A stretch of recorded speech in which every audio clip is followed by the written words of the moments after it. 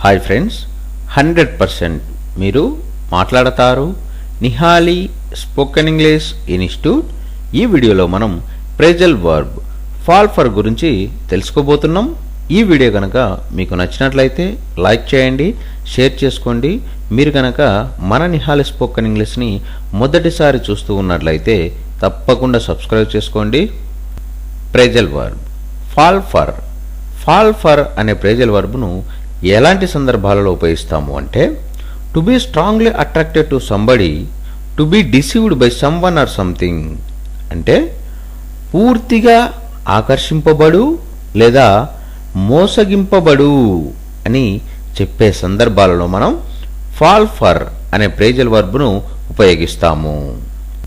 Phrasal verb fall for.